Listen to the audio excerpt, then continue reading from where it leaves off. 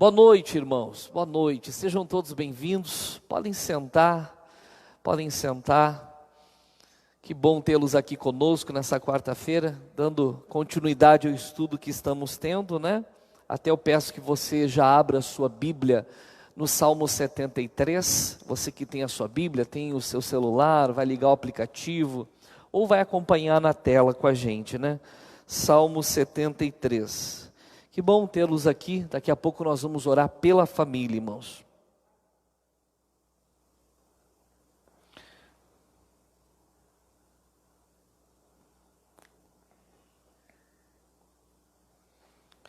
Salmos 73.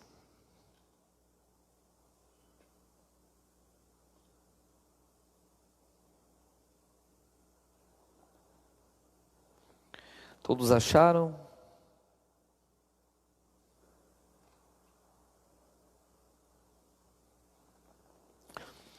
Irmãos, esse salmo tem sido o texto base, né, desse ensino que temos tido na quarta-feira, já há algumas quartas-feiras, e eu quero continuar. Quero fazer um breve resumo, só para quem não estava fazendo, pegar, até os amigos que estão com a gente pelo Facebook. Que Deus abençoe todos, em nome de Jesus. Aqui no versículo 1 diz assim, ó: verdadeiramente bom é Deus para com Israel, para com os limpos de coração. O que o Asaf aqui ele mostra? Eu tenho dito que o versículo 1, ele é uma conclusão. É interessante começar o salmo com a conclusão, né? A conclusão geralmente deixamos para onde? É para o final das coisas. Só que aqui ele dá a conclusão, e a partir do versículo 2, ele vai explicar o porquê que ele chegou naquela conclusão. E qual foi a conclusão que o Asaf chegou? Que verdadeiramente Deus é o quê? É bom, e Ele é. Deus é bom. Irmãos, eu tenho dito que Deus não tem bondade, Deus é a própria bondade. É um atributo dele, isso está nele. Deus, Ele é bom, irmãos. E essa bondade é o que faz com que Deus opere nas nossas vidas, nos livrando do mal, abençoando a nós, a nossa casa. Só que muitas vezes essa bondade não está operando na vida das pessoas. A bondade de Deus está à disposição de todos, das quase 8 bilhões de pessoas que tem no planeta. Mas por que ela não acontece, não opera na vida das pessoas? Quantas pessoas às vezes nós ouvimos dizendo: se Deus é bom, por que tem tanto sofrimento no mundo? Porque nem todos querem vir até o Senhor, irmãos. Jesus disse, você conhece, Mateus 11, 28, vinde a mim todos os que estão cansados e sobrecarregados, e eu vos aliviarei. Ele convida, vinde a mim. Mas o que é vir a Jesus? Muitas pessoas, elas não entendem. Vir até Jesus é vir até a palavra, é vir até onde Ele pode falar com você. Muitas pessoas acham que vir até Jesus é acreditar que Ele existe. Não. Quando nós vamos até Ele, ainda que estejamos cansados, já não há mais força, estamos sobrecarregados, carregando problemas e situações acima da nossa capacidade, Ele pode nos aliviar. E se nós queremos que Ele faça uma obra completa, Ele diz: e tomai sobre vós o meu jugo, e aprendei de mim, que sou manso e humilde de coração, e encontrareis descanso para as vossas almas. Ele, além de nos aliviar a carga, para que o cansaço pare, para que a sobrecarga ela desapareça, Ele quer trazer um descanso completo para a nossa alma. Mas isso só é possível se nós nos aproximarmos dEle e passarmos a aprender dEle. Quando uma pessoa se aproxima de Deus e decide aprender dEle, irmãos, essa pessoa está passando a fazer parte do povo de Deus. Se você olhar o versículo 1, irmãos, o texto diz que verdadeiramente bom é Deus. mas ele diz para quem ele manifesta essa bondade. O texto diz, para com Israel. Quando a gente lê o Antigo Testamento, o povo de Deus tinha nome. Era quem? Israel. Era o povo da aliança, era o povo que servia a Deus, era o povo que ouvia a voz de Deus e dos profetas. E a bondade de Deus se manifestava a esse povo. E hoje, pastor, quem é o povo de Deus? Hoje é todo aquele que acata o convite, que vem até o Senhor e decide aprender dele. Só que só há uma maneira de nós aprendermos de Jesus, é aprendermos da palavra. E à medida que nós vamos aprendendo, irmãos, ele vai operando em todas as áreas da nossa vida. Amém? Mas alguém ainda pode perguntar, pastor, eu entendi, se eu for do povo de Deus, Deus vai manifestar a bondade dele. Mas tem pessoas no meio do povo de Deus que não estão sendo o quê? Abençoadas. Estão sofrendo. Como pode? Pessoa batizada, a pessoa frequenta a igreja há anos, tem outras prerrogativas de cristão, mas continua sofrendo. O salmista, irmãos, ele é muito claro.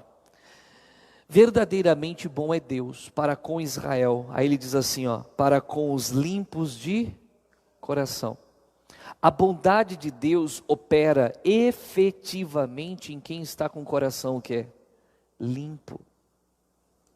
Mas como que uma pessoa pode sujar o coração? De várias formas. Ela pode deixar entrar no coração sentimentos, irmãos, que são contrários à palavra de Deus. Por exemplo, aqui quando você lê o Salmo, você vê que o que sujou o coração de Asaf, em princípio, foi a inveja. E a inveja, irmãos, ele quebra o 10º mandamento. Não cobiçarás a mulher do teu próximo, o jumento do teu próximo, a casa do teu próximo. Está escrito isso lá. É quando a pessoa passa dentro de si, sem ninguém ver, ninguém saber, desejar ter o que outra pessoa quer. Tem, ela passa a ter uma cobiça, a inveja, isso suja o coração. E é uma espécie de pecado, irmãos, que é velado. Por que é velado? Ninguém enxerga, somente quem? Somente Deus. Só que nós temos que nos lembrar, irmãos, que quando nós oramos para Deus nos dar uma resposta, os ouvidos de Deus estão atentos ao que sai da nossa boca, mas os olhos dele estão atentos ao nosso coração.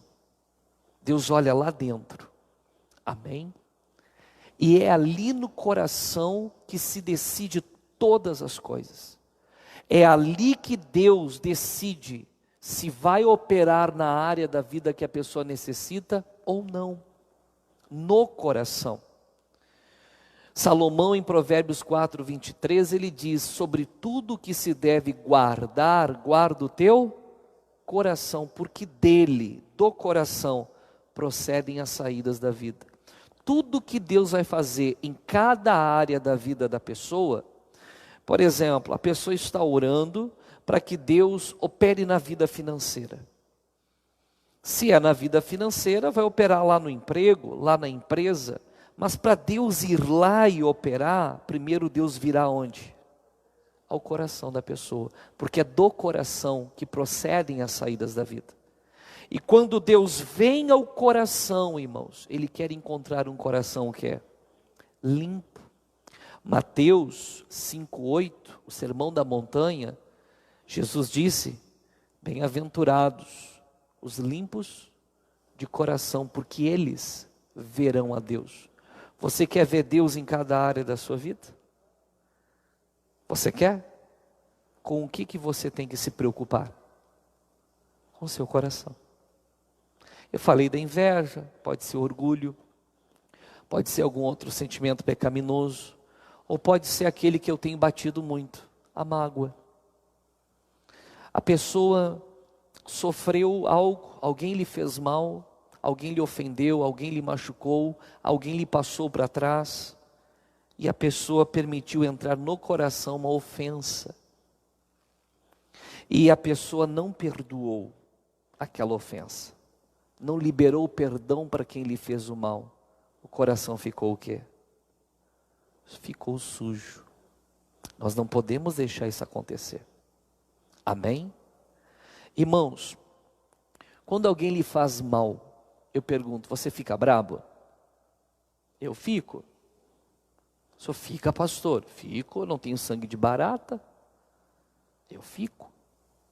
A palavra de Deus fala lá em Efésios 4:26, irai-vos, mas não pequeis. A Bíblia não me proíbe de ficar irado, irmãos, porque irar-se não é pecado, porque o próprio Deus, ele fica o quê? Irado, a Bíblia diz. A Bíblia diz que eu até posso me irar, mas eu não posso ter uma reação com aquela ira que me leve a transgredir a palavra de Deus.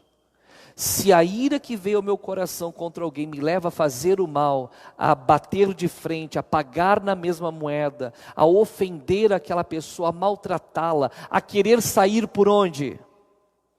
Por cima, me leva a pecar. Então, quando vem a ira no coração, aquilo ali fala da nossa natureza, fala de uma revolta. Deus até permite, mas Ele não aceita que a pessoa tenha uma reação segundo aquela ira. Ela precisa então usar aquilo que o Espírito Santo produz em nós, chamado domínio próprio, ou temperança, que é equilíbrio. É a pessoa, agir com maturidade. Amém? E o que eu faço, pastor, com essa ira? O texto de Efésios 4:26 diz, irai-vos, mas não pequeis. Não se ponha o sol sobre a vossa ira. O que é se pôr o sol? Se pôr o sol significa deixar o dia acabar. O dia não acaba quando se põe o sol? Sim ou não? Para nós hoje, literalmente acaba às 11h59 da noite, sim ou não? Mas nos dias do Senhor Jesus, ou de Paulo que escreve Efésios, eles entendiam que o dia se acabava ao pôr do sol. O que Deus está nos ensinando aqui? Veio a ira, você tem até o final do dia para tirar o quê? A ira do coração. Porque se você não tirar, irmãos, e manter, aquilo ali vai virar uma mágoa. E aí vem o problema. Irai-vos, mas não pequeis, não se põe o sol sobre a vossa ira. Paulo, por que eu tenho que tirar essa ira? O versículo seguinte, o 27 diz assim, não deis lugar ao diabo. Quando eu mantenho a ira no meu coração, ela vira uma mágoa, vira um rancor, vira um ressentimento. E eu passo a dar lugar a quem no meu coração? Ao diabo, irmãos. E nós não podemos. Alguém quer fazer um puxadinho aí no coração para o diabo, irmãos? O que o diabo ele faz? Ele rouba, mata e destrói. Olha como é perigoso esse negócio da ira. Como é perigoso não resolver isso no dia. Nós temos que aprender a manter o coração o quê? Limpo. Amém? Só que além da mágoa fazer com que Satanás ganhe um espaço na nossa vida, ela causa outras coisas. Vamos lá no livro de Jó, capítulo 17. Livro de Jó, capítulo 17.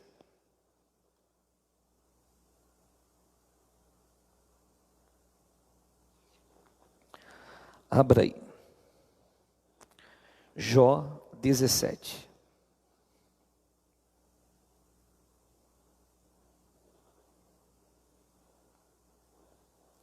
O versículo 7, irmãos, ele diz assim, Jó é antes dos Salmos, né, irmãos?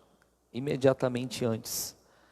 Jó 17, versículo 7, diz assim, pelo que já se escureceram de mágoa os meus olhos, e já todos os meus membros são como a sombra.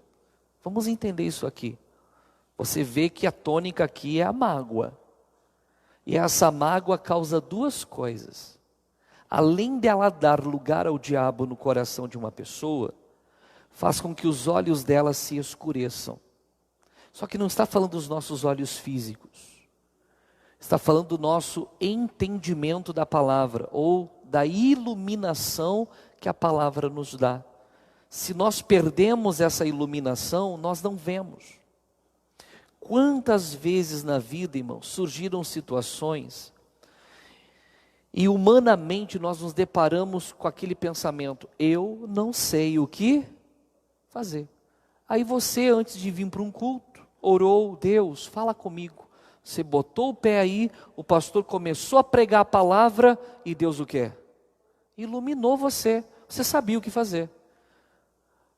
Não é na filosofia que você aprende o que fazer, não é com um doutor, com qualquer pessoa, com a palavra de Deus, de uma forma inspirada, uma revelação de Deus, os seus olhos o quê?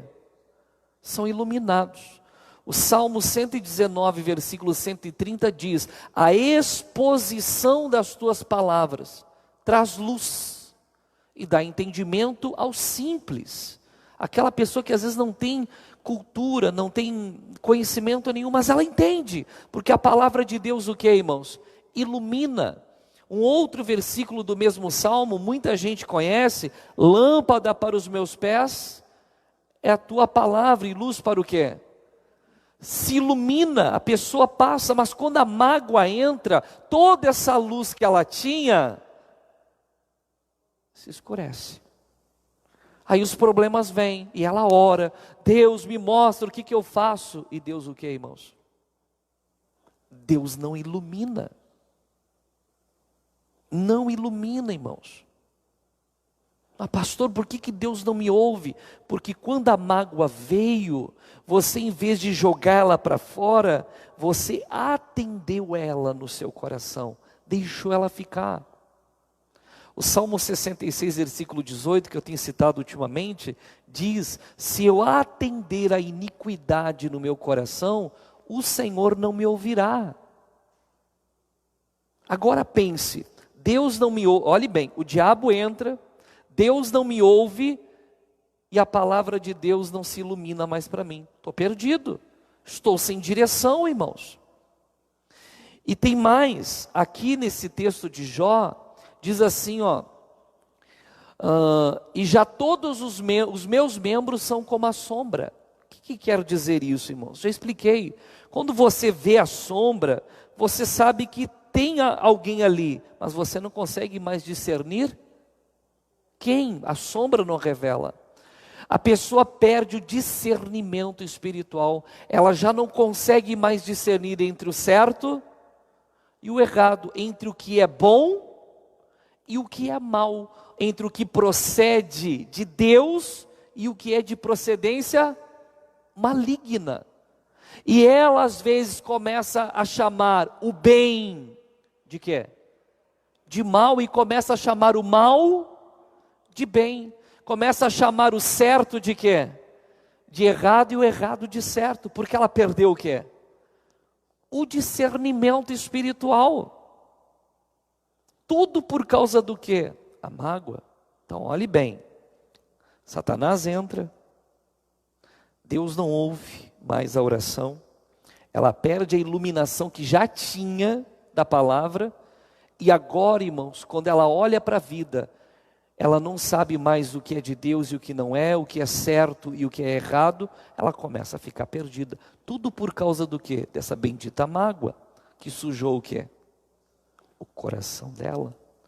Por isso a gente não brinca com o coração. Por isso Salomão nos ensinou o quê?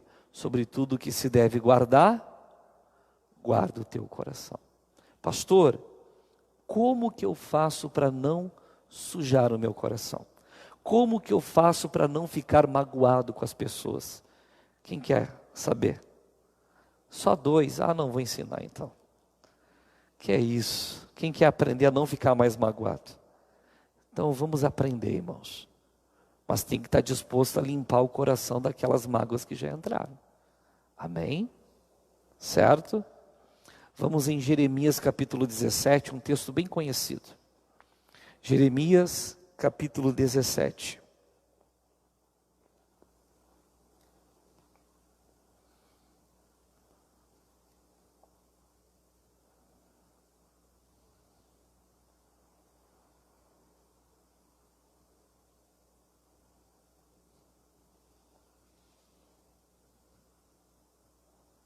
bem conhecido texto, creio que vai nos ajudar. Jeremias 17, versículo 5. Você estava em Jó, né? Jó, Salmos, Provérbios, Eclesiastes, Cantares, Isaías, Jeremias. Bem pertinho. Fácil de encontrar.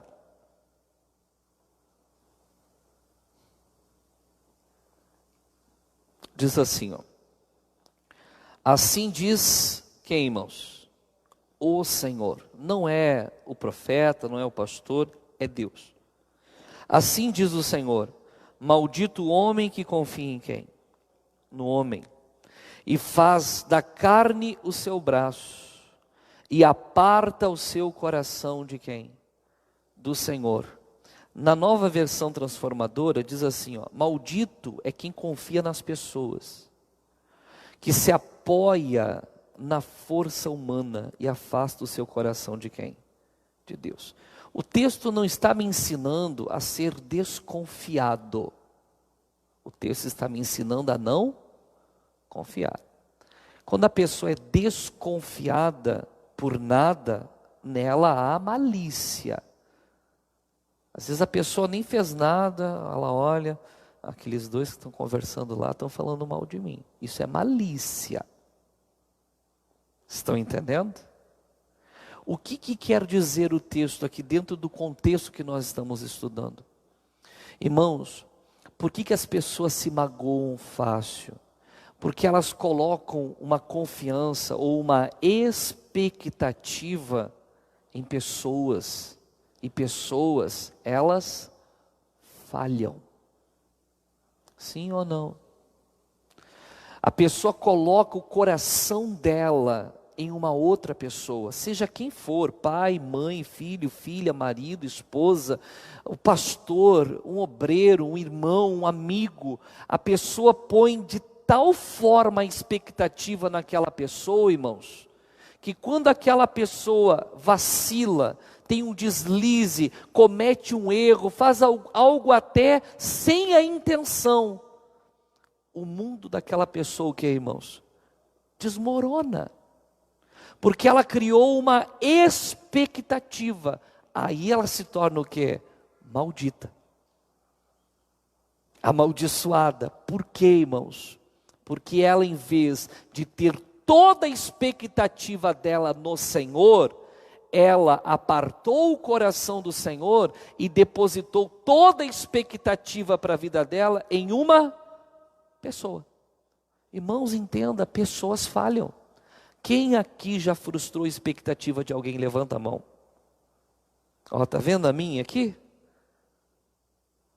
Todos nós, irmãos, todos nós já frustramos a expectativa de alguém. Nós temos que ter um cuidado. Aqui está o segredo para nós não nos magoarmos, é colocarmos os nossos olhos em quem? Em Deus. É entendermos que é do Senhor que vem tudo o que precisamos, que Ele é a nossa fonte em todas as coisas. Nós temos que aprender, irmãos, a conviver com as pessoas, a amar elas, a confiar nelas, mas não colocar nelas a nossa vida, a nossa expectativa. A nossa expectativa tem que estar em quem? Esse nunca falha. Esse nunca vai errar. Agora as pessoas falham. Quando você tem esse entendimento e alguém falha com você, você tem facilidade de quê? De perdoar. Porque você tem o seu coração tanto em Deus, o teu relacionamento é tão profundo e é dele que você espera tudo, irmãos, que quando alguém falha com você, você não quer falhar com quem? Com Deus.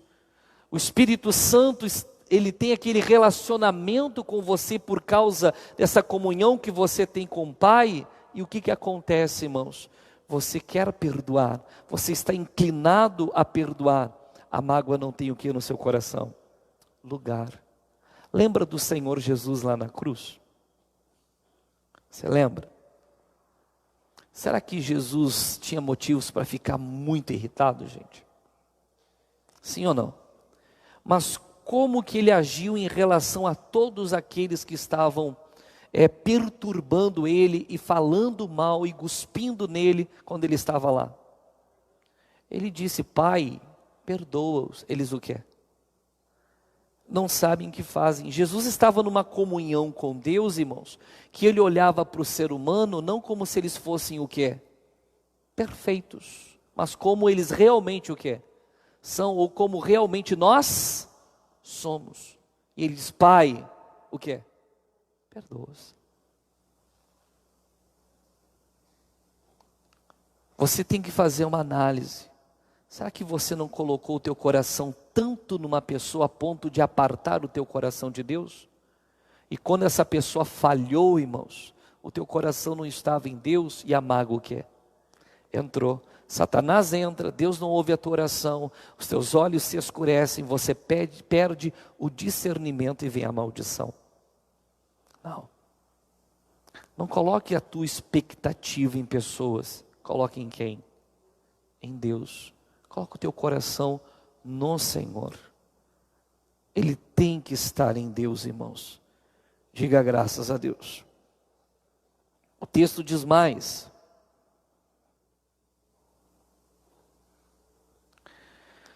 Assim diz o Senhor: maldito o homem que confia no homem e faz da carne o seu braço e aparta o seu coração do Senhor. 6. Porque será essa pessoa que está amaldiçoada, porque será como a tamargueira no deserto, e não sentirá quando vem o bem, antes morará nos lugares secos do deserto, na terra salgada e inabitável. Como que essa pessoa vai ficar? Quando entrar a mágoa, além de tudo aquilo que eu já falei, ela vai ser como a tamargueira no deserto. É um arbusto, lá no meio do deserto, solitário. Não é interessante que as pessoas magoadas, elas tendem a se isolarem? E as pessoas também vão o quê? Se afastando? Porque pessoas magoadas, elas têm um grave problema. Elas estão toda hora denegrindo para as pessoas ao redor dela, a pessoa de quem ela tem mágoa. E as pessoas não querem o quê? Não querem. O que essas pessoas começam a fazer? A se afastar. E essa pessoa vai ficando como? Isolada, sozinha, como a tamargueira no deserto. E ela vai se tornando uma pessoa tão amarga, irmãos, que ela se torna insensível e ela não sente quando vem o bem. Qualquer coisa boa que façam para ela, ela não reconhece. E às vezes ela até pensa que quem está fazendo bem, essa pessoa tem alguma intenção com ela. Porque ela passou, irmãos, de confiar totalmente em alguém para a malícia de desconfiar da pessoa, pensando que ela sempre, ou as pessoas, sempre estão planejando o quê? O mal para ela. Ela não sente mais o bem. Ela não tem mais essa sensibilidade. Ainda que coisas boas aconteçam, para ela tudo na vida sempre está o quê? Está mal. Olha como uma mágoa pode destruir a vida de uma pessoa. No ano de 2006, se eu não me engano, lá em Vacaria, eu fui cortar o cabelo. É engraçado falar isso, né? Mas eu tinha cabelo nessa época. E quando eu fui, irmãos, o salão era de uma irmã da igreja lá.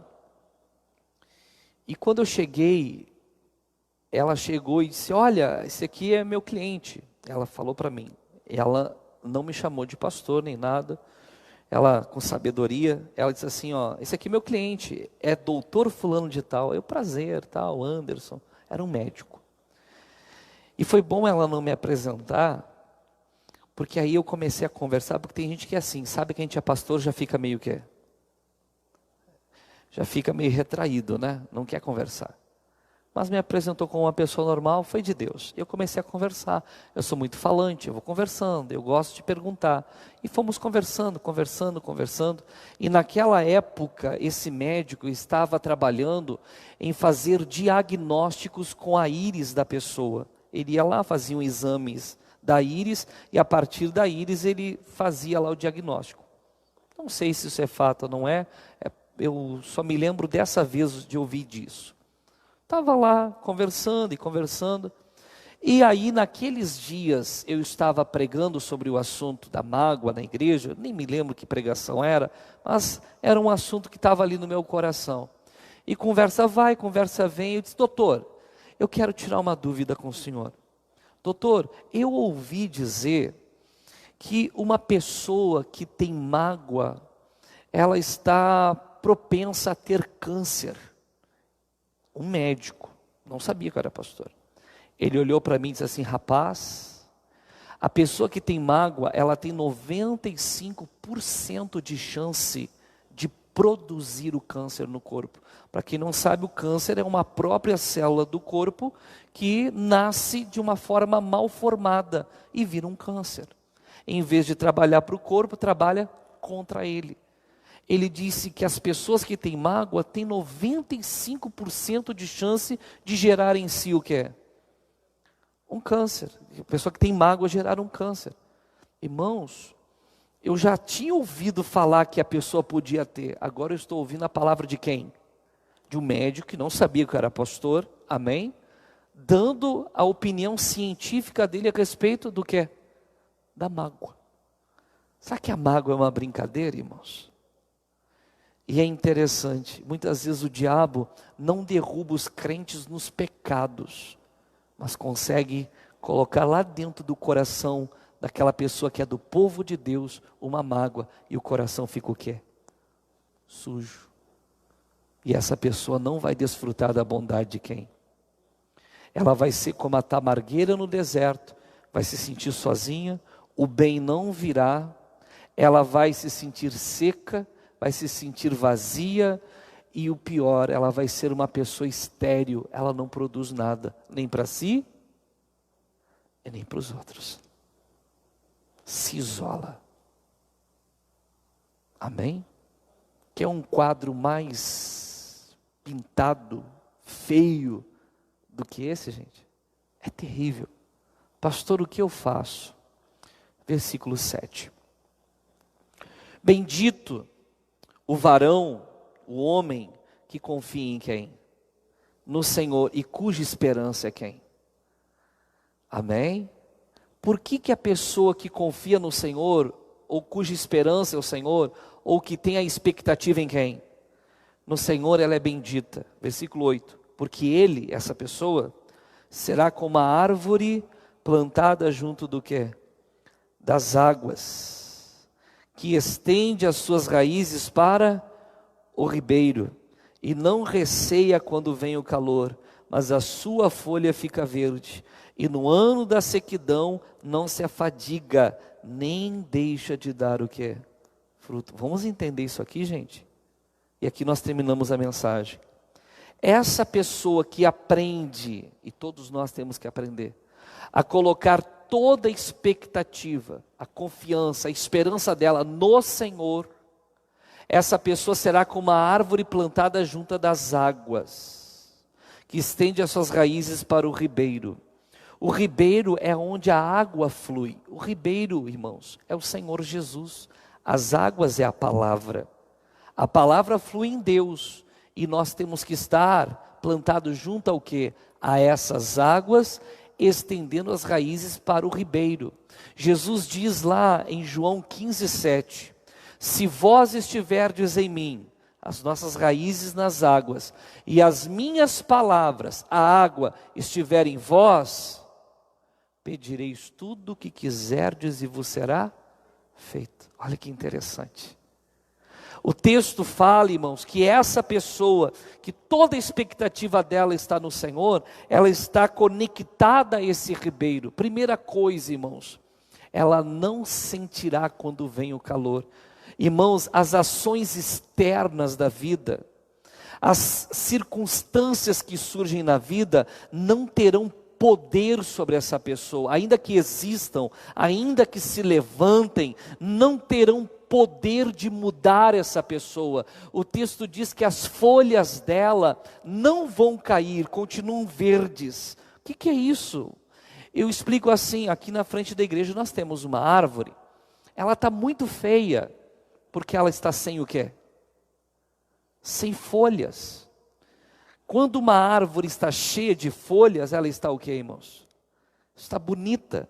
O texto aqui fala que essa árvore, junto das águas da palavra, com as raízes estendidas para o ribeiro, o Senhor, ela não sofre quando vem o calor, as circunstâncias, e ela não perde o quê, irmãos?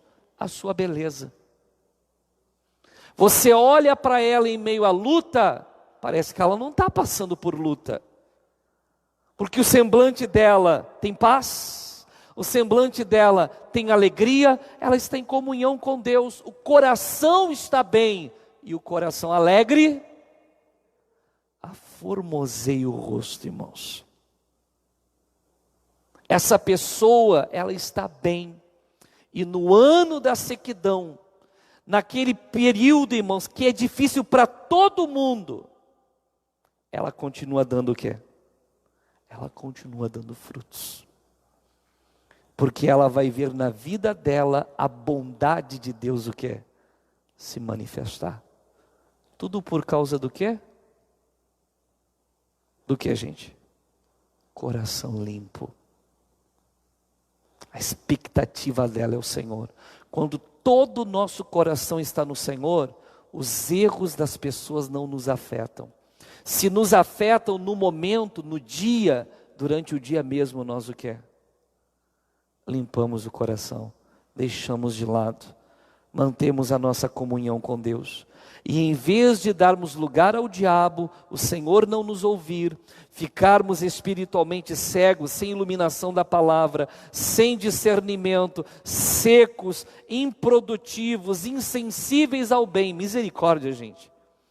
Nós vamos, irmãos, estarmos com o coração limpo, amém, alegre, desfrutando das bênçãos de Deus, produzindo as bênçãos de Deus, vendo Deus operar, porque repito, bem-aventurados os limpos de coração, porque eles verão a Deus. Irmãos, eu quero ver Deus na sua vida. Você quer ver Deus na minha? O segredo está em quê? No nosso coração. Amém? É o nosso coração. Irmãos, vamos rapidamente pincelar aqui Judas. A Bíblia diz que Satanás entrou em quem? Em Judas. Judas, irmãos, estava mal porque o pastor dele era muito ruim, sim ou não? Era um péssimo pastor. Quem era o pastor de Judas? Era Jesus, ele era um dos 12. O problema não era o pastor, o líder, o amigo, o companheiro, porque Jesus era tudo isso. O problema é que Judas deixou Satanás entrar no coração. A expectativa de Judas foi frustrada e ele abriu o coração para o mal. E fez o que? Fez. Além de trair o Senhor, tirou a própria vida. Ele perdeu a vida. Ele se isolou no deserto, ficou vazio. Isso não pode acontecer com a gente. Então olhe para o pastor. Tanto vocês que estão aqui no culto, quanto os irmãos que estão acompanhando aí pelo Facebook. O segredo de você estar sendo abençoado ou não é o seu coração. Paremos de procurar culpados para os nossos fracassos e vamos olhar aqui para dentro. Amém? Porque a palavra de Deus fala lá na primeira carta de João, se o nosso coração não nos condena, temos confiança para com Deus, que se pedirmos alguma coisa, Ele nos fará. Coração também? Está tudo tranquilo? Pode orar. Você está junto às águas, a palavra, raízes no ribeiro. Se vós estiverdes em mim e a minha palavra em vós, pedireis tudo o que quiserdes e vos será feito. Entenderam? Vamos ficar de pé?